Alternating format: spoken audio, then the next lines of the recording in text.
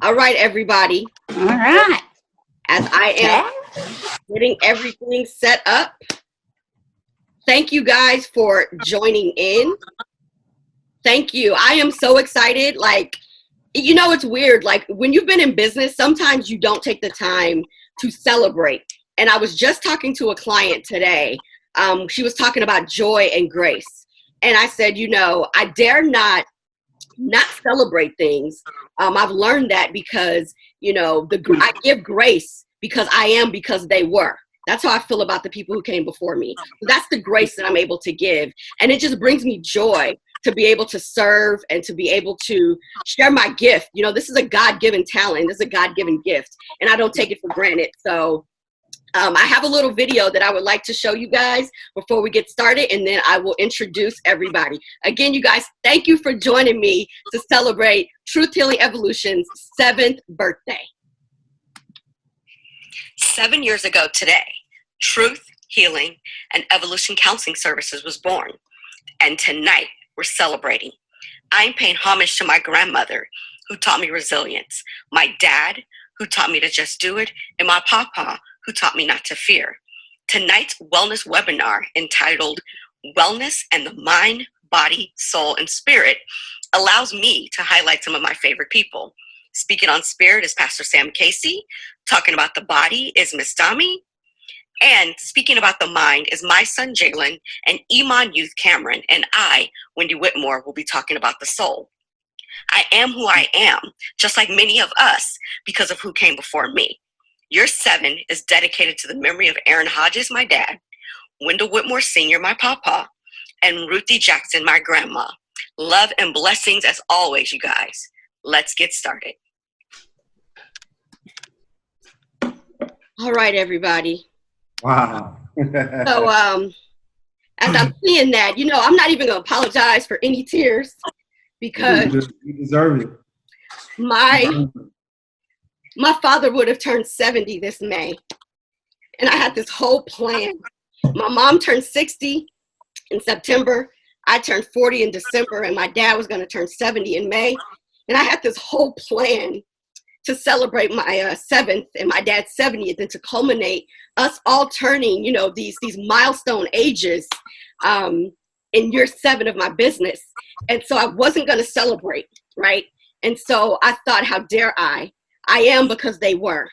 And so I rarely talk about how proud I am of my family, my husband, my children, my mother, my team that supports me, and even myself, right? I mean, I started this business and it was rough, y'all. I mean, I'm talking, I wanted to quit so many times. And so I just kept remembering it's a work in progress. And I remember my grandfather would tell me, there's nothing for you to be afraid of. He owned one of the very first used car lots in Los Angeles, owned by a Black man. It was named after me. His name is Windel. My name is Wendy. And it was Wendy's Used Cars, spelled Windy. My mother ran a child care for 20 years. I was born into the entrepreneurial world. My grandfather owned acres of land and had a farm in Lancaster, a trucking business, a scrap iron and metal business. He smoked his own meat. And, and my grandmother was side by side with him. A lot of my aunts and uncles are entrepreneurs. And so I am because they were. And so that is one of the reasons that I am celebrating tonight. Year 7, y'all, like year 7. I am overjoyed. I'm overjoyed because some of my favorite people are on. Pastor Sam, I respect that he's my pastor, but I just call him my big brother Sam. He has been a blessing to my family. He has been a blessing specifically to my son and my husband, to me. And so I'm happy to have Pastor Sam Casey of New Life Christian Church of Fontana on. He will be speaking on spirit. Miss Dami. I met Miss Dami. My mom was getting ready to get married, and she was like, girl, I think I need to lose a couple pounds to get in this dress. And so we started going to her, and it's like we were just kindred spirits, and she has been amazing in my life. She taught me how to respect my body and even respect the limitations. because I have a chronic illness. And so I didn't want to accept and embrace it. I just wanted to move like everybody else. And Dami, you taught me to embrace where I was with my body and that I could still be whole and well. I have Miss Cameron on here. I met her. She's a part of YMAN, Youth Mentoring Action Network. And so I met this young lady. I believe you introduced me, Cameron, when I came and did a workshop. And I just thought, what a talent. What a gift. I was like, we are in the presence of our future. So I wanted her to be a part of this, talk about the mind perspective for the youth. And then, of course, my heartbeat. There's 4 heartbeats in my life, and he is the only boy, and he's the baby of the family. My son, Jailen, he's a junior in high school. It's funny because we're so much alike. We do this a whole lot. But the fact that he always tells me, Mommy, you're my best friend. You know, It just warms my heart. So he's going to be on to talk with Miss Cameron about the youth perspective with us tonight.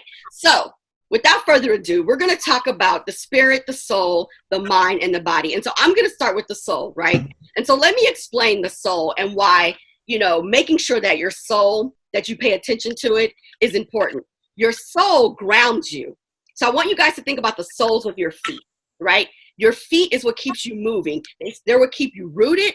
They're what keeps you planted, right? And so when we think about the soles of our feet, right, we think about how it touches the earth and how it moves us, right? How it encompasses the mind, the body, and the spirit, right? It's like the house, right? When we think about our soul. And so when we think about our soul, we need to think about what grounds us, what roots us, right? And so when I think about my soul, what grounds me and what roots me is my gift, right? I am a servant. I am a servant of God's people. And it's what roots me. It's what grounds me. It's what keeps me rooted and grounded, not only in my life, but in my relationship with God. I'm constantly reminded that my soul is what connects me to my Father. It's what connects me to God. It's what connects me to God's people, right? I'm also a mother. I'm a wife, right? I'm a sister. I'm a daughter. So I think about the roles in my life and the roles that I play. Right. And those are the things that ground me and keep me rooted. I think about my energy sources, right? What gives me life? To serve you guys, it actually gives me life. I was on quarantine for 30 days and I chose to still work. I know some people thought it was crazy, but my clients are my life source. They're one of my energy sources. So I limited the number of clients I was seeing. I spaced them out throughout the day so I could do breathing treatments and take naps, right, to help me fight my upper respiratory infection. But they're my life source. And you got to know your life source. You got to know the things that give you energy, that bring you life, right? And so being a servant is one of the things that brings me life. Another thing that brings me life is the sun, right? It gives you energy, that good old natural vitamin D. Right? It's good for the soul. It's good for the mind, the body, the spirit, right? That's another energy life source for me. Another energy life source for me is my relationships, right? I was born an only child by my mother. And so I love relationships. I love to be in relationship. I love to be in community with people. And so those are some of the things that I want you to think about when you think about your soul and taking care of your soul. It houses everything about you. It encompasses your mind, body, and your spirit, right? So I want you to think about the roles you play, right? Feel free to drop it in the comments. I'm looking in the comments so we can answer the questions. What are some of the roles that you play in life, right? What are the things that give you life? And also, what are the things that are your depleters, right? That's important to think about. What are your depleters? Because those are the things that take energy from you. Now, some depleters are natural, right? Our family, as much as we love them and they give us life, they deplete energy from us. Some of the things, our jobs, I love what I do. I wake up at the crack of dawn to do this, but it's also a depleter. People dump their emotions on me all day long, right? So it's important to think about what our depleters are as well as what our life sources are. Because if we can recognize that, we'll know when our tank is empty. And remember, our soul is what keeps us moving, what keeps us rooted and grounded. So if we're constantly being depleted and we're not filling up with our life sources, right?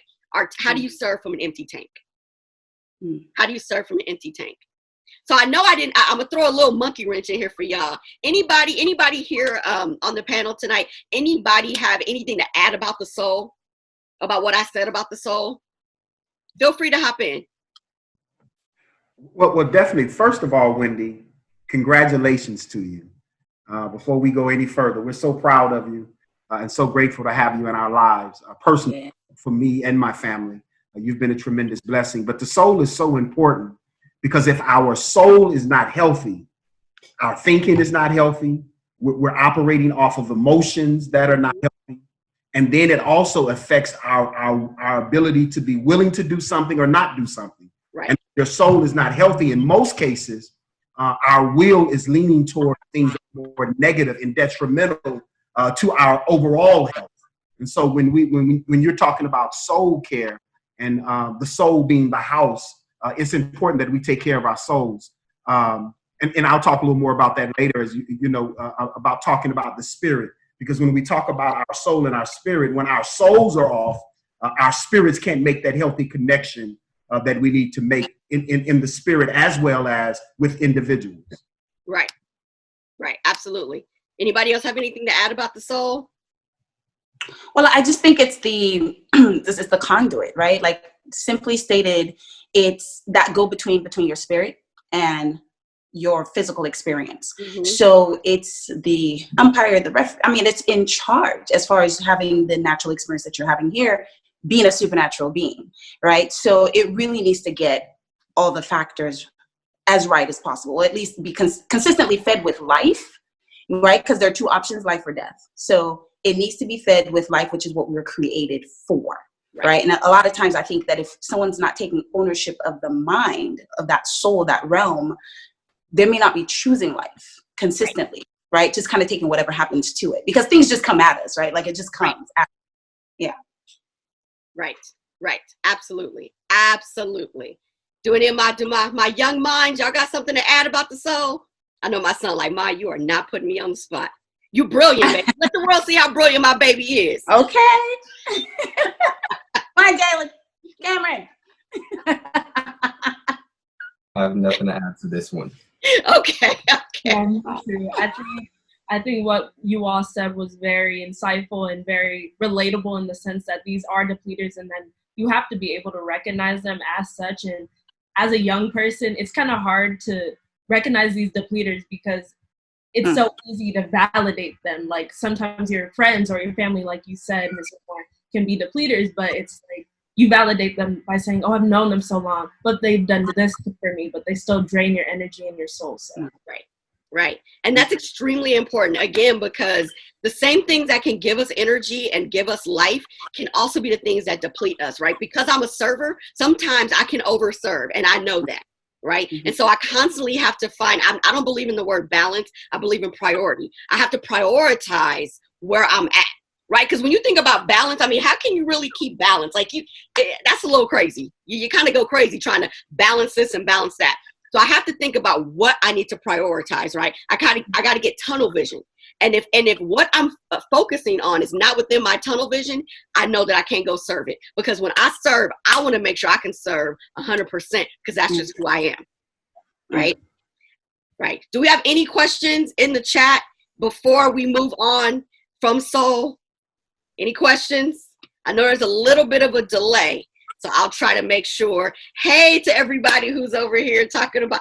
Thank you guys. Thank you so much. Like I'm learning to embrace the love that God brings into my life, because sometimes it's really hard for me to accept compliments. But I can't tell y'all that how grateful I am for my community. You know, Miss Patrice, she's a part of the My Word Life team, one of the arms of my company.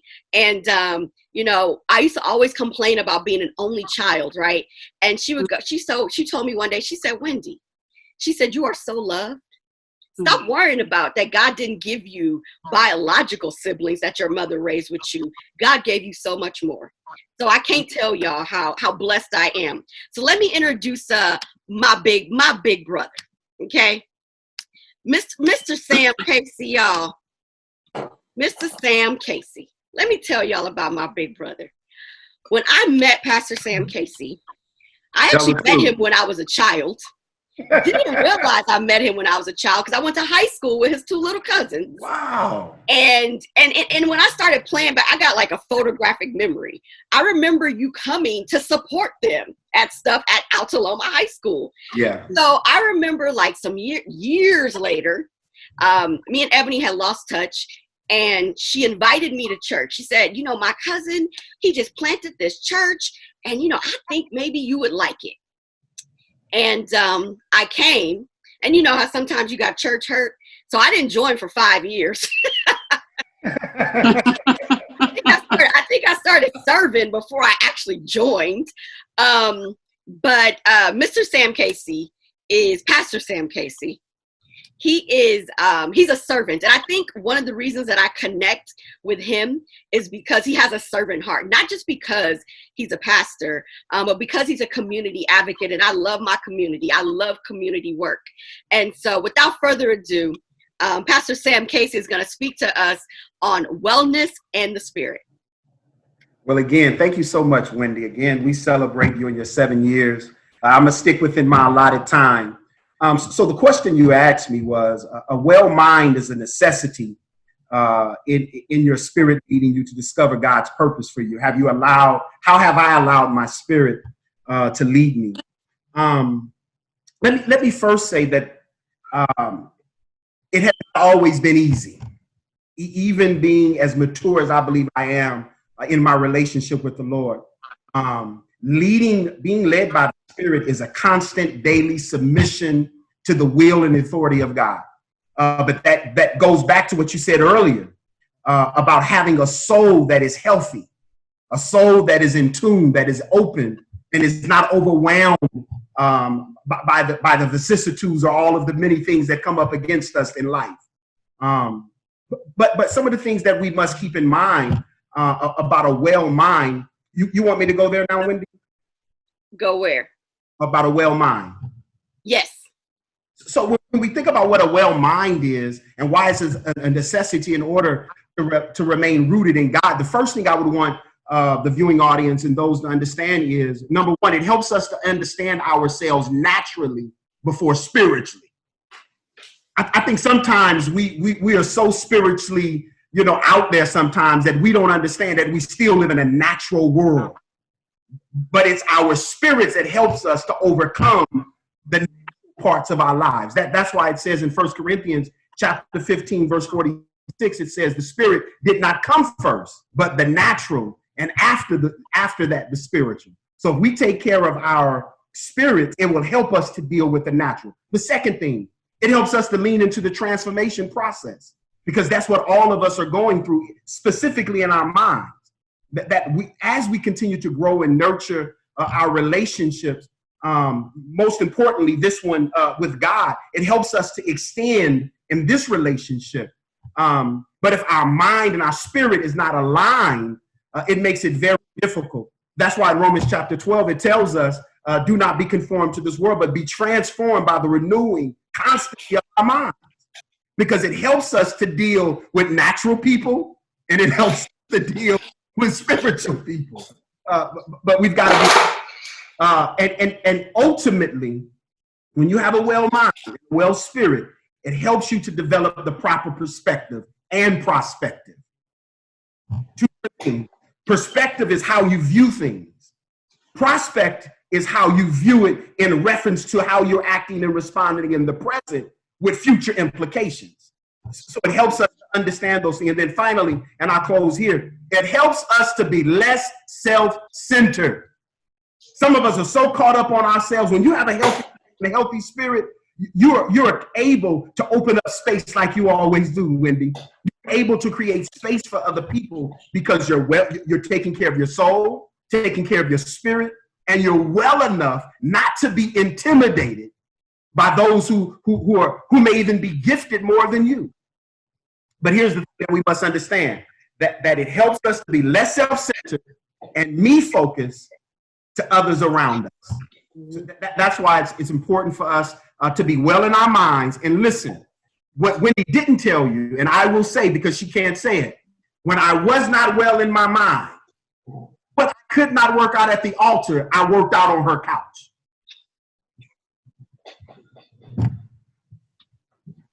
Well, thank you, Pastor Sam. I'll stop there. I mean, I definitely do not share that part. That's why I started with "I came to church." But I commend you on being a pastor, because you don't know how long I tried to get wellness and therapy and therapeutic type things into the church for years. And your church and Emmanuel are two of the first that embraced me to bring that component into the church. So thank you for that, because I truly believe that a well mind is good for the spirit and good for the soul. And so Absolutely. It makes us serve God and God's people better. There are too many unhealthy people serving God who need to go get some help. No, let me listen. That's so true. That's so true. That's why I had to go for a walk before this to get my spirit and my soul and my mind right. Hey, I hear you on that. Up next, we're going to have Miss Dami. And Miss Dami is going to be talking to us about wellness in the body. Over tonight is that wellness is wisdom. And the awesome thing about wisdom is that it's not really just about information or the number of degrees or accolades that you may have compiled, which those are the same as wisdom. Wisdom is knowing what to do with that relevant information that is necessary for your benefit and the benefit of your community.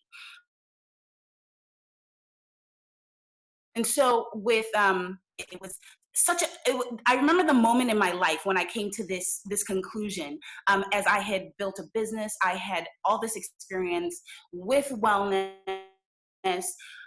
with dance, with movement, with performing arts, with fitness. But what was happening was some of the components were missing, because wellness is a total experience, right?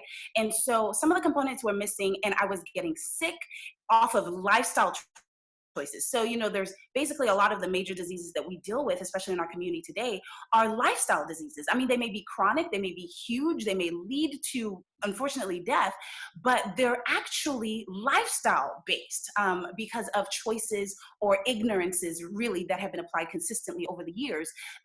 I always try to explain to my clients, marketing is one of the number one reasons for disease, just because what we understand about what it is to be fit and to be healthy and to be strong is really externally marketed, and we end up being the last person to know about our body. Like, we're the last person now in the communities, in the society that we are today, in the modern society, and because we buy into complexity and fear based. Go ahead and change. I'm going to go ahead and change homes, and we'll see if this is better. How are we doing here? Is this good? Yeah, you're not freezing.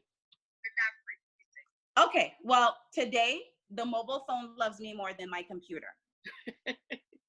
And it's wisdom to recognize that. But anyway, so, I know that, time is short here, but so my point, that I was just really explaining, is how we tend to be the last, right, to understand the very basic principles about health, wellness, nutrition, and such, right? Because we now are so used to being sold packages and very complicated experiences. And so wellness is wisdom, because you come into honoring your body by recognizing what those basic principles are, right? And because principles will serve you forever. They're wonderful servants, like Wendy. They're wonderful servants, but they will defy you if you apply them wrongly. Your body is the same way. Your body is a wonderful servant. That's what your body is for you to have that natural experience on earth, carry whatever's in your spirit, whatever's in your soul, and go as far into the world as your destiny calls for.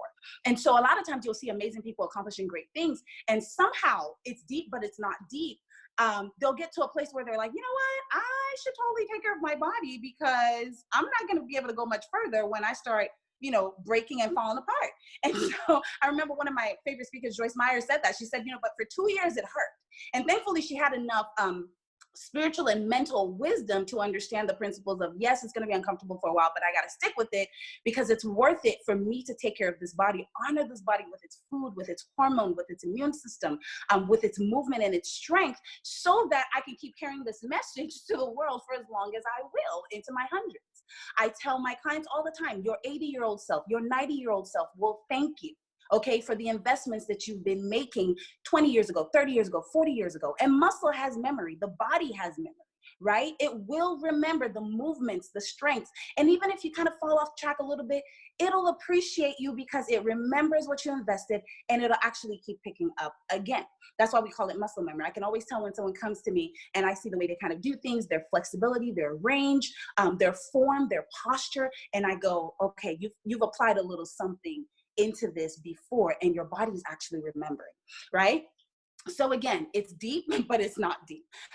Recognizing and honoring your body is wisdom, because you know that in order to go far and to go places, you are a natural body and a natural person. You're going to need to take care of that body to go those places with you. The kind of impact that Wendy is making in the communities and the societies, she's recognized that she will need to take care of that body to go the places that she needs to, even though she deals with certain limitations, right? And so of course we have limitations. And in fact, before limitations become chronic per se, that's something else that I like to really teach people when it comes to restorative wellness and physical experiences, is that we're different, male and female. We're different at our different ages. And so it's okay to recognize that the goals that have been set, again, by those external sources may not necessarily be true or realistic.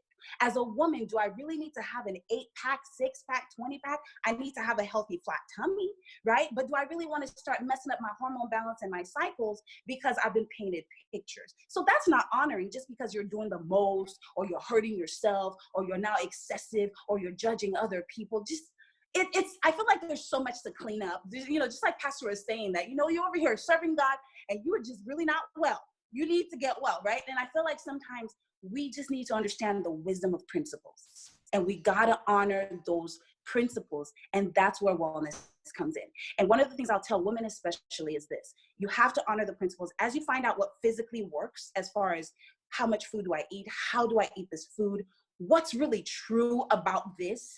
Has it been tested over ancient times? You have to consistently stick with the fact that it lines up with love, because we're created for love, right? Does it line up with abundance, right? And freedom? Do you recognize that health and nutrition and you know exercise and things like that are not about restriction?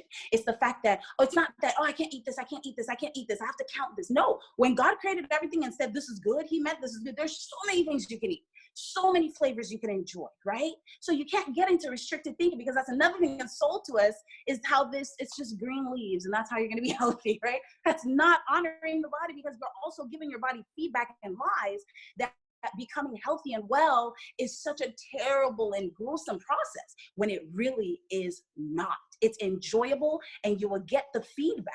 And when you get that feedback, you will be encouraged and empowered to do it again, because the body wants more of what's good for it. And that's just the truth about how we've been created.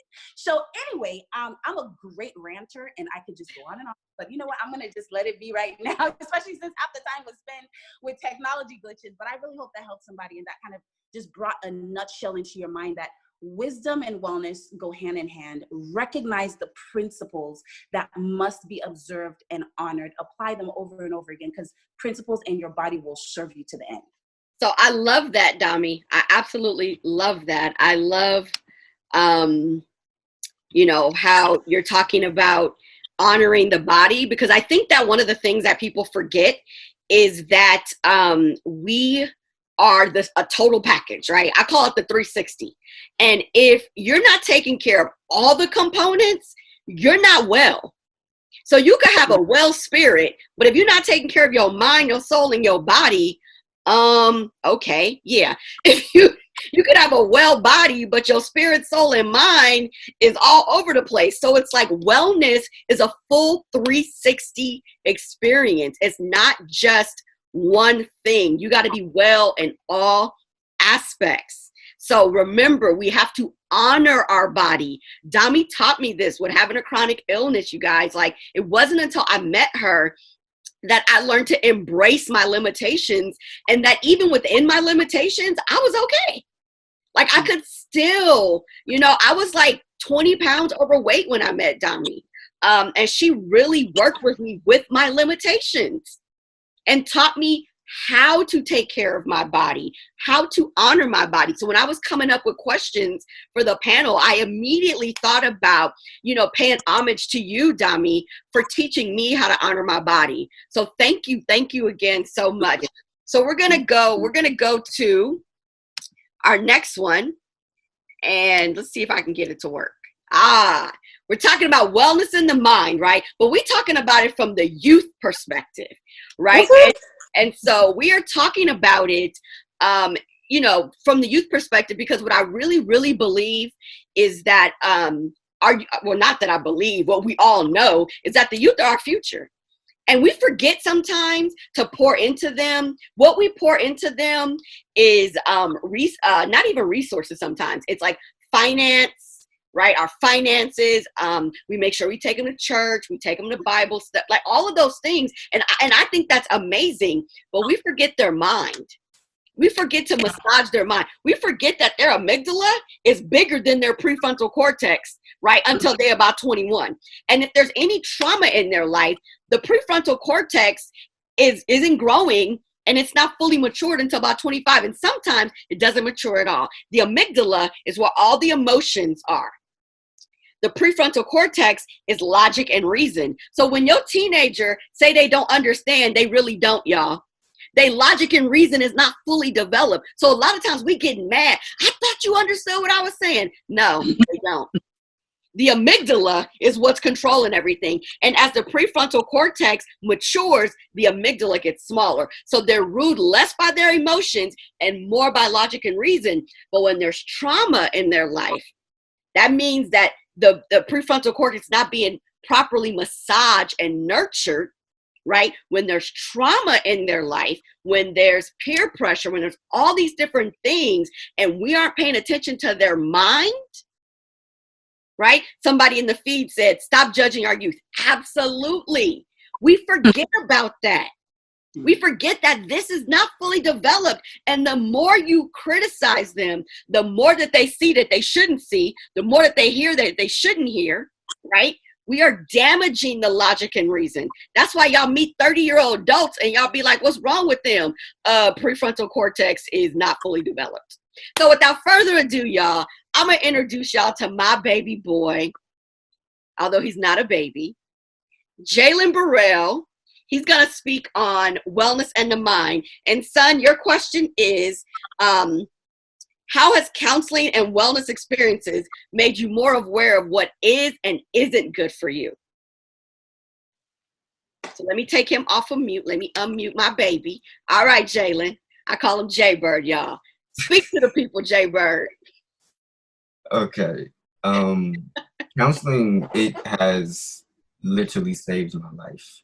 Throughout years of death and trauma, it's helped me.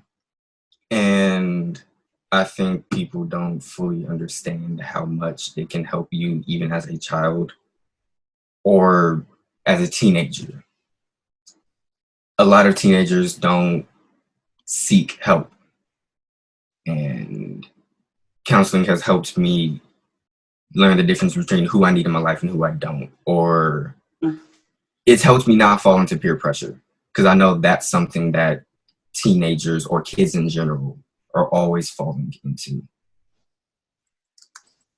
So, do you think that having a healthy relationship with your counselor makes it a little more easier for you to embrace the idea of counseling? Because I put you in counseling when you were, like 13, 14 years old? So do you think that has helped? It has. Yeah, it's definitely helped being able to get a hold of him at any point in time, or just the openness that we have. Do you think that it's also important to make sure that, because a lot of parents, I'd be like, well, did you put your kid in counseling? They'll lose a parent, a child will, or, family members are passing, and they or they just kind of experience some kind of trauma. They're getting bullied, something is going on. And I'll tell the parents, well, did you put them in counseling? I mean, nah. And I think, Jailen, do you think that you've embraced counseling? I mean, clearly you have a mom who's a therapist, so I believe in it. But do you think that you've embraced counseling because I made it okay? Me and your dad made it okay. I embraced it, but I wasn't completely sure I wanted to go into counseling when it first started. So just like everybody else, I had to get adjusted to it and get used to it and the flow of how it works. Because it is an eye-opener. It changes you. Okay. What made you change? What made you start to embrace it? I got comfortable. And after I got comfortable, things just started to flow. And he started to bring in new ideas and new ways to just talk about everything I needed to talk about. Okay. Okay. So what I'm going to do is I'm going to bring Miss Cameron in. She is also one of the youth, and I'm extremely fond of this young lady, y'all. She's a part of YMAN, and we're going to bring her in on because she's a big community advocate. So Cameron, what I want you to talk about, and Jailen, you're more than welcome to piggyback with her. I want you to talk about how wellness experiences are important when you're trying to juggle, being a youth and all the things that you're involved in, right? And your future goals. Like, why is counseling and wellness experiences important? Yeah. So one of the most prominent events, or when I think I first met you, was when you did the talk with YMAN for the Black women and girls, and you started talking about insecurity and feeding into these negative stereotypes about us. And then from there, I was able to identify the negative thoughts that I had and how that would affect me. So say I was just doubting myself, or I was like, oh, I don't feel really good today. I'd be like, wait, hold on. I'm cute. I'm worthy. I'm Black. Let me reinstill this into me so that I'm confident enough to continue and persevere in whatever realm that I am, academically. When I would take a test, I'd be a little bit nervous. I'm like, oh, I'm not really up to the standards of other people. And then I'd catch that and be like, okay, no, I shouldn't compare myself to these things. And from there, I'm able to create a more in-depth focus as to what I'm trying to do so I can maximize my mindfulness and the capacity of my mind. So yeah, just believing in myself. I think one time you said, sometimes you have to fake it till you make it, and just believing that, yes, I can do it. Yes, I'm capable of doing it. That has definitely helped. But in the sense of mind, I think there are just some key points that I picked up from you, Ms. Whitmore, was trying to be very active in who you're surrounding yourself with. For earlier, you were saying these are depleters and these people. And I remember at one of our sessions, the group sessions, you were talking about how we had to make lists of people, everyone we knew in our life. And then we had to associate what we felt around them. So one of my friends that I discovered wasn't a really good friend, we'd laugh every couple of times, but when we did that exercise where we would check off the emotion that we had associated with these people, it was only stress, anxiety, sadness, anger, and all these negative things. And I was like, but I've known them for 10 years. How could they do this to me? Or how can I validate their space around me when all they contribute to me are these negative emotions that then, alter my mindset and how I'm able to believe in myself, or alter my ability to do these things. So definitely being more aware about who I'm surrounding myself with and who uplifts me as a person, who makes it effortless to love myself, essentially. And I think that was one of the biggest things that has helped me in your counseling. Another way also, just in counseling in general, is finding ways that you can relax. I feel like this idea of wellness, generally is really perceived as one single thing. So with you, I was able to understand that wellness can just come from relaxing, just watching TV, painting, hanging out with good people. And that idea really allowed me to clear my head. Like Pastor Sam was saying earlier, how he had to take a walk. I also had to sit outside for a while to like get together and like center my thoughts. But just doing those types of things so that you'll be able to feel that, yes, you exist. Yes, you're centered. Yes, I'm here, and you'll be able to maximize your space and all those things. So. Right. So I have a question for everybody, right? I have a question for everyone. So the question for everybody is, what is wellness? So everybody don't jump in and answer it first. What do you feel like the definition of wellness is? Because I know we throw around terms, and sometimes we assume that people know what it means. And I'm not going to give you my definition of it because, you know, I want to hear what the people say, right? You guys are the people. Of course, I'm the people too. But, you know, I tend to think of it from more of a therapeutic standpoint. And people can connect to the word wellness more than they can connect to therapeutic. So anybody who wants to start, what is your definition of wellness? Everybody's unmuted. Did I unmute everybody? Everybody's unmuted. Who wants to start? What is wellness? I can start. Okay, for it, Cam. Wellness for me is not stagnant. You know, there's not one definition for what wellness is. So for me, wellness is some of what I've heard all on from Jailen, from Cameron, and even from Dami. Making sure my body is taken care of, the physical. Jailen talked about being okay with recognizing that you don't need certain people in your life. And what I'm taking from Cameron, I'm learning from you, Cameron. Look, I need to put a list together because I probably would be a whole lot, there'd be greater wellness in my life if I really prioritized and took stock of individuals in my life. So wellness is just not one thing. It's the total being, mind, body, and spirit. You know, how am I taking care of my mind? How am I taking care of my body? And most importantly, how is my spirit feeding my soul that houses all of that? Right. So if I can't speak for anyone else, but if I'm doing those things, I'm feeling that I'm at my best. Okay. Constant work. That's not stagnant. That's not arbitrary. You got to get up and do something. Right.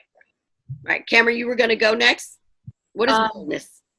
For me, wellness means awareness in the fact that I can identify my emotions, my moods, or like unusual thoughts that don't necessarily coincide with who I am or who I want to be or what I want to feel. And just so identifying those thoughts makes me more adept to seek help so that I know the signals where it's like, okay, I don't want this to spiral out of control. Let me go talk to Miss Whitmore or go like de-stress or something. So. Okay. All right. You want to go next, Jailen? Okay, I'll go. Oh, I didn't see you were about to talk, Dami. My bad. I'm sorry. Go, Jailen. Go, Jay. Wellness for me is just finding happiness. For a long time, happiness was something I was searching for. So once I was able to obtain it, I would say it's just anything that brings joy when it comes down to track or any sport, watching something. For me, I like to watch anime. I'll do 24 hours a day and not move, and I'm perfectly fine. Mm-hmm. So it's just something that brings me joy. As long as I'm at peace, I'm okay. Wow, son. You know, it's crazy because I was about to challenge you because, you know, I always talk about happiness being fleeting because happiness is usually dependent upon something or someone. So when you started talking about joy and peace, I was like, yeah, my baby be listening to his mama. But yeah, joy and peace. Joy, peace equals wellness. I love it. I love it. Miss Dami? God's will. You know, that's how I feel. Okay, I'm gonna.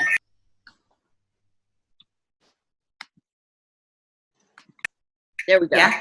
Yeah. Okay. So wellness is God's will. And I think it's functional. Is it functioning as it should be? Is it functioning the way God created it to be? Now, if you have misconceptions about God, you may not realize that that's super important. But, you know, like even as a woman of faith, 3 John 1:2 says, first of all, loving terms, my beloved, right? I pray that in all things that you would be well and be in good health and prosper, even as your soul prospers, right? So this is the will of God for us. Wellness is, first of all, God's will, right? Because I think the human being is always trying to make sure that they're fitting into, well, some human beings, but ultimately we're designed to fulfill that will. And so you're looking and saying, oh yeah, I'm supposed to be well, spirit, mind, and body. And wellness is a lifestyle, right? So it's a continuous experience. It's not always a point of arrival per se, not to say that it's like something unreachable. It just, like, I think Pastor was alluding to that. It's a continuous lifestyle and experience. And so you are looking at health, you're looking at prosperity, you're looking at satisfaction, right? You're looking at fulfillment, and it's reflecting in the way you think, in your mind. It's reflecting in your physical health, right? It's reflecting in your spirit, and it's reflecting in how you're engaging with your community, your family, and your friends. Right. So when I think of wellness, now that you guys have given yours, I think of, it's a process, right? And then we work on healing, right? And then we work on maintaining our healing, right? And so a lot of times, because maintaining our healing is maintaining our wholeness, right? And so, and what that means is that's making sure that our spirit, our soul, our mind, and our body are working in unison, right? When I talk about this whole 360 package, it's a 360 experience, right? So we want to make sure that we're taking our full 360 through the process of healing, and then maintaining that healing for the spirit, for the soul, for the mind, and for the body, right? We want to make sure that we are doing that. Right? We want to make sure of that, because it is absolutely important for our wellness, for our wholeness. So I'm going to move on to the second question. So how has counseling and wellness experiences positively impacted your life personally? Who wants to go? Jailen, you look like you was about to talk. I was going first. Huh? I mean, I can go first. Okay. How has it impacted? Yeah, how has it positively impacted your life?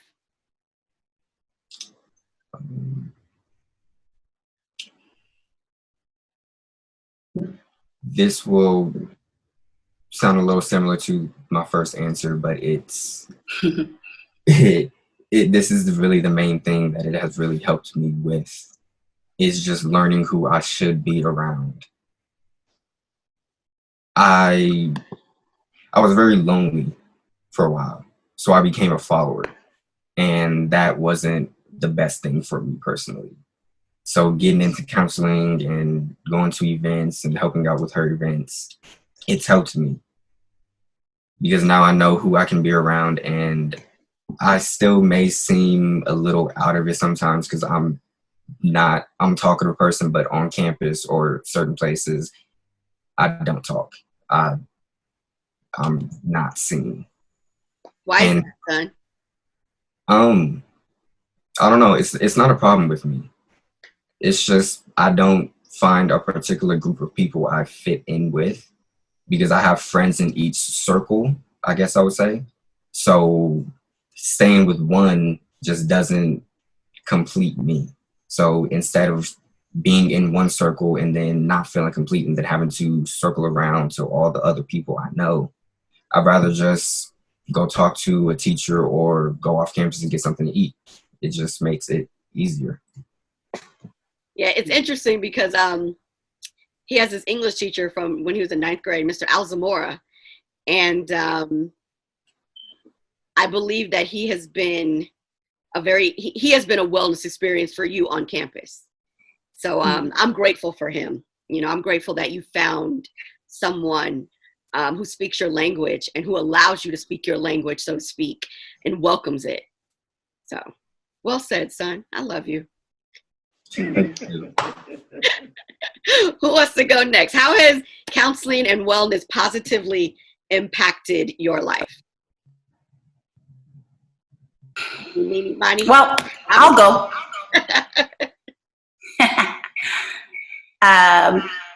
It helped me to choose life and vulnerability, right? It helped me to discover the power of my words, you know, my gifts, my calling, my purpose, and how to reach out and help people. You know, when I was younger, I battled depression due to trauma and gave in to suicidal thoughts, or attempted.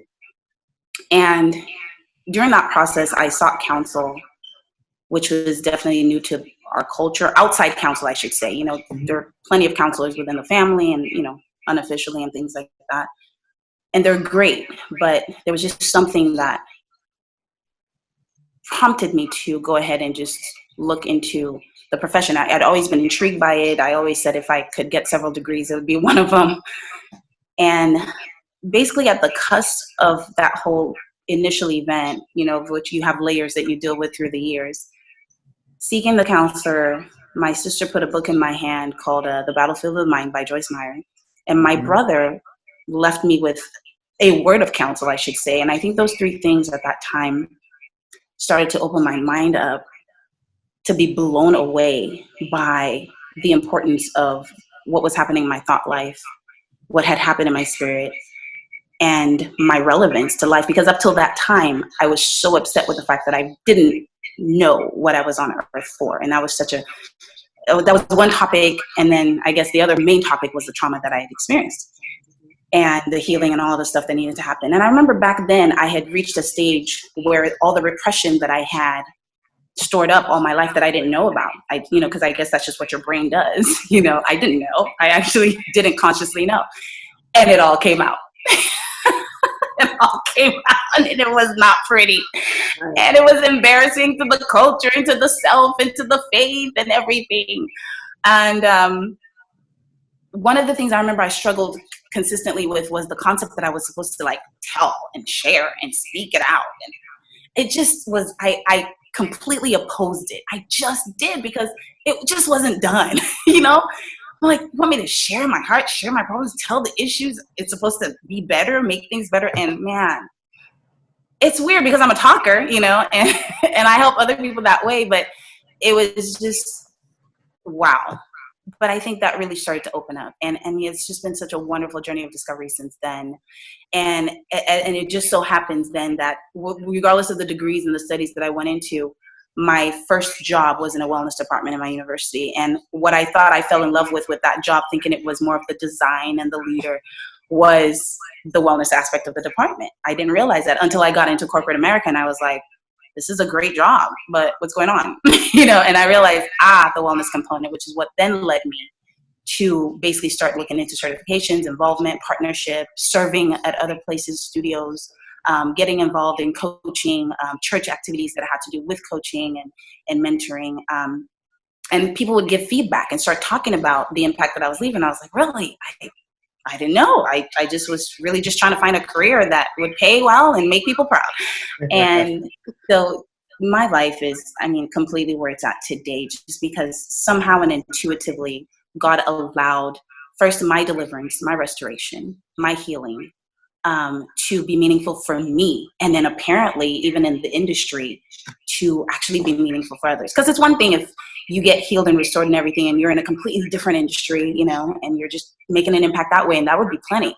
But little did I know that it was hand in hand also with part of my calling, you know.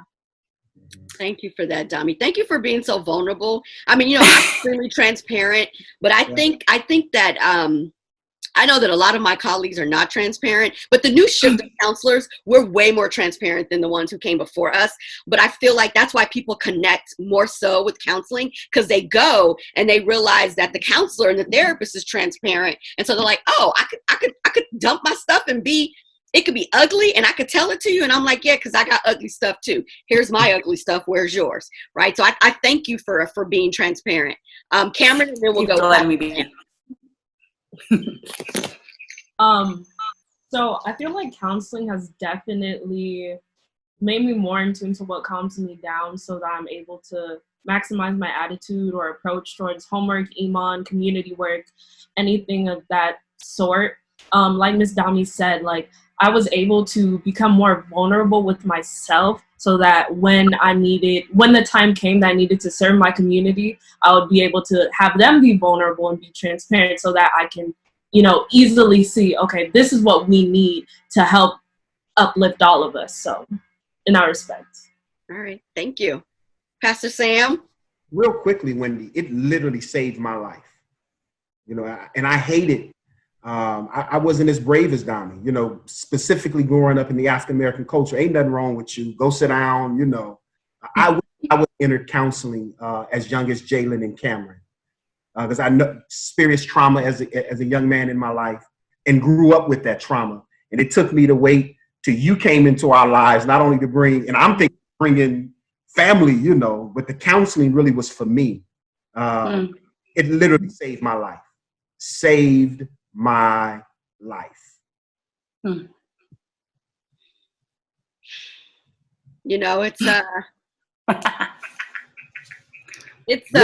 got goosebumps. I was done. Saved my life. It's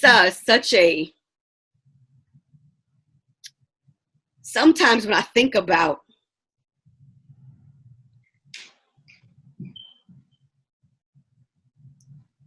our purpose, right? And why God puts us through, or not puts, but just kind of allow certain things to just be around us or for us to be a part of, the good and the bad, the ugly and the pretty, right?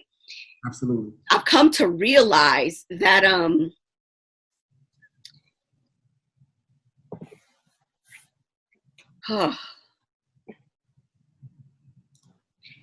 it's always been worth it.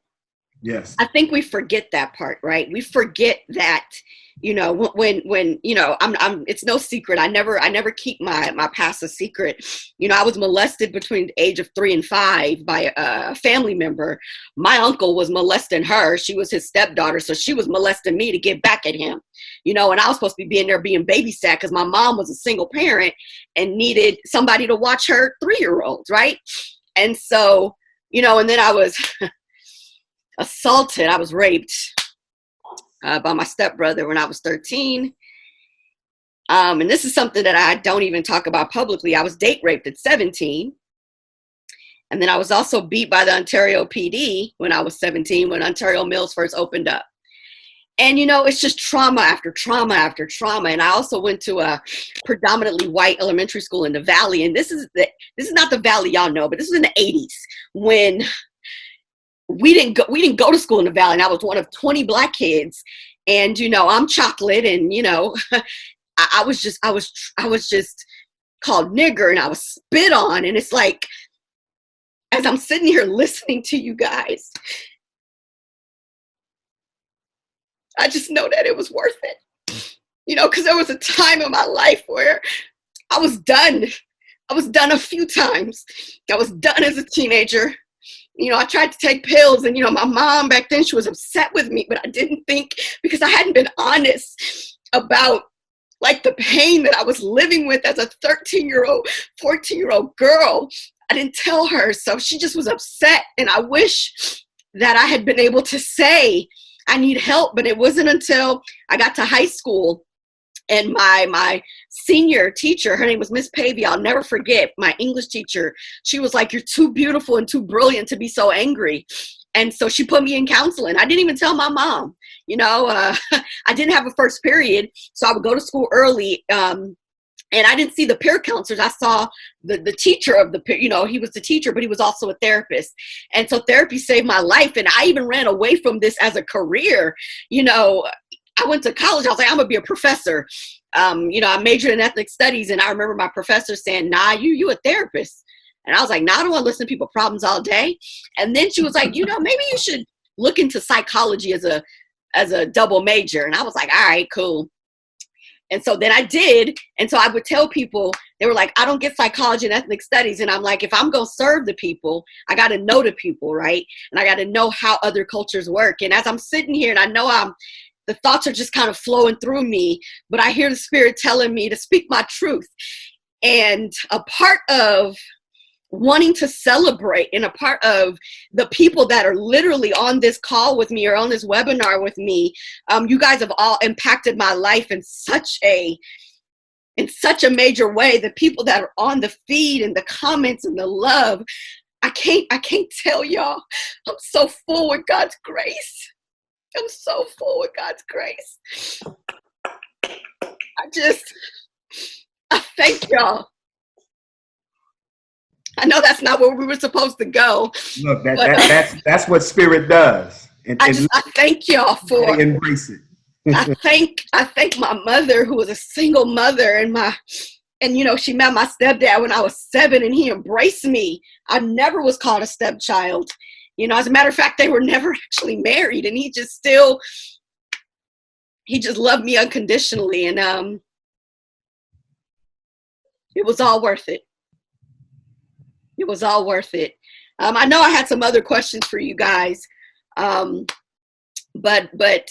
I think what I want to know from you, you know, regardless of the questions, is why did you say yes to me inviting you on tonight? Like, what made you say yes? Wow. I was honored, to be honest, grateful, and even anything that you're a part of, Wendy, it's always done in excellence. You know, from the Love Fest, when we first partnered in the community and you presented Love Fest, done in excellence. Everything that you've done, your service to the ministry in our Pray, Peace, and Release mental health ministry at the church, excellence. So anything you're a part of, I want to be a part of. And then really, my love for you and your family. I mean, this was an easy one. And really to be a part of this celebration of 7 years of your faithful service, sacrificially to the community and to your clients, and to so many lives that you've impacted beyond just my own and my family. So I really want to be a part of this to celebrate you and to say how worthy you are of all of the accolades, all of the celebrations, and the wonderful comments that are going to come. You are worthy of them because similar, as you were talking, similar to as Christ bared scars on our behalf, we bear scars because of our history and our trauma and our past, so that we can come back and tell somebody that you can survive your scars. That is not as bad as you think it is.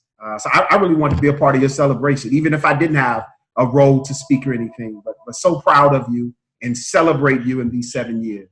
Love you, sis. Thank you.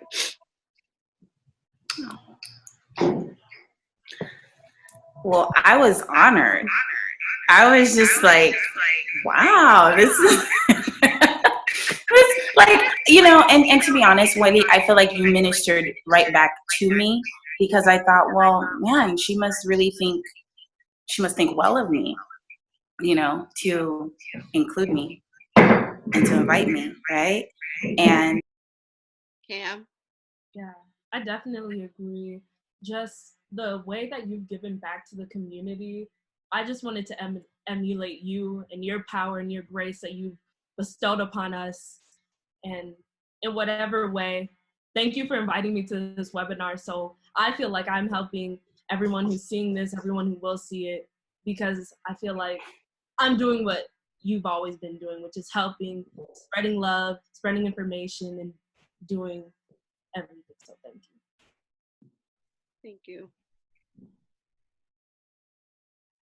For me, I've been there since day one. So I've always been hoping. So for me, it was more of this was the only way that I could help. Every single event I've tried to get to, unless I have a track meet or something else pops up. So I had to be on it. There was no other way. So I hope y'all realize when I asked that question, I wasn't asking you to compliment me. I promise that I just receive it. But thank you. So in other words, Pastor Sam, you let your spirit lead you. In other words, Dami, you doing things that your body, that brings joy to your life. And for Cameron and Jailen, you're learning to be a part of the things that are good for you. You know, I don't even have words. I just think that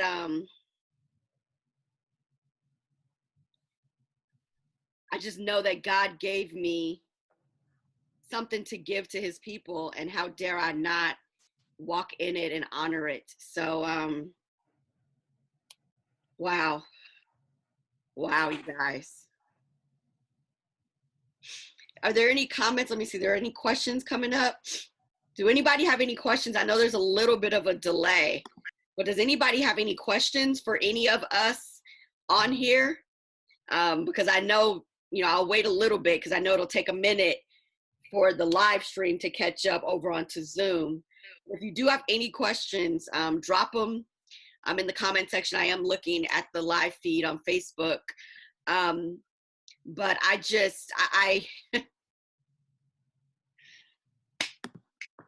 this has been probably one of the roughest periods in my adult life, because a lot of the stuff that I shared happened between the age of like 3 and 17 years old.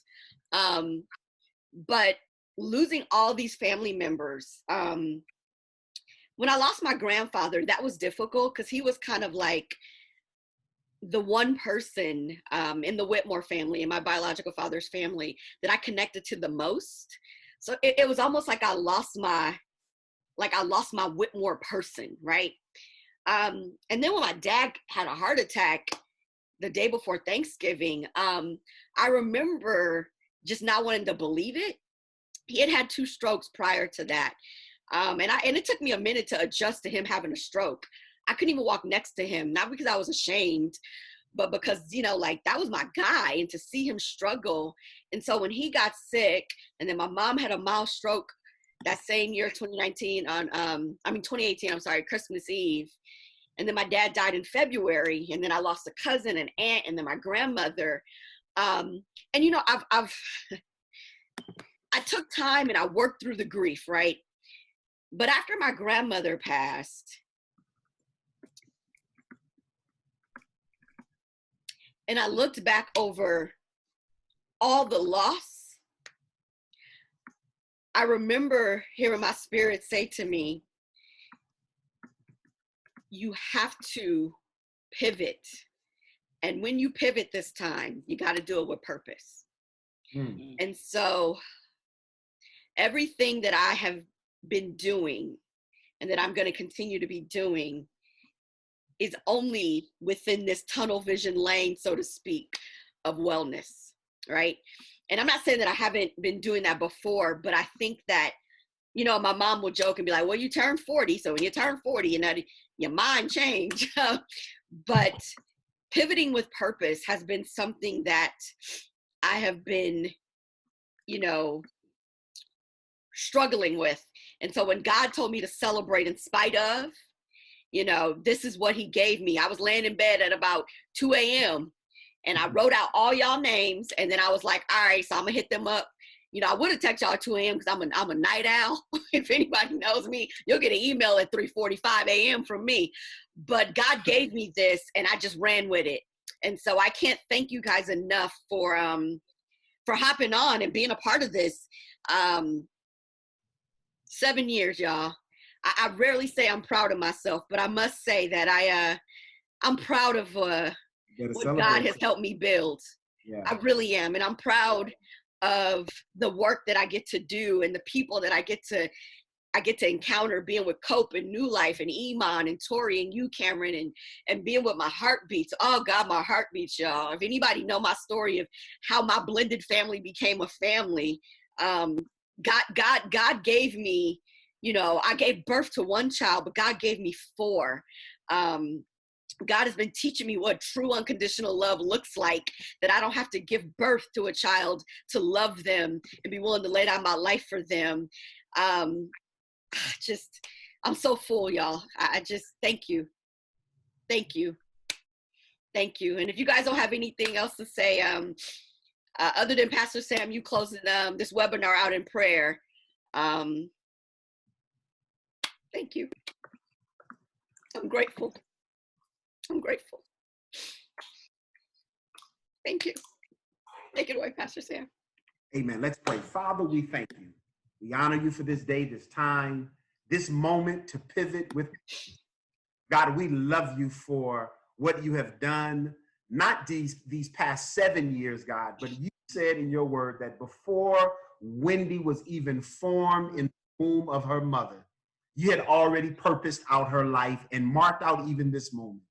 Thank you, God, for her life. Thank you for her ministry. Thank you for her business. Thank you for all whom she has been able to be a blessing to. Thank you, God, for what you're going to do, God, in this next season of her life. Praying, God, increase, and that you would continue to allow her to be a light in people's darkness.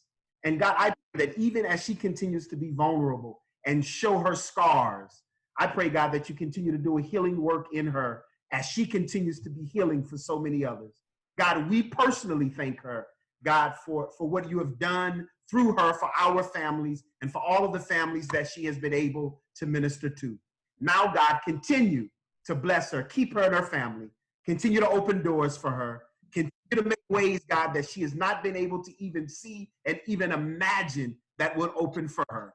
God, we love you and we honor you. We bless you for this 7th year and stand in agreement that things are becoming new in her 8th year because she's pivoted to purpose. We love you and we honor you and we bless you for those who have tuned in tonight, God, those who have wounds themselves, those who are going through emotionally, God, even in this moment of this pandemic.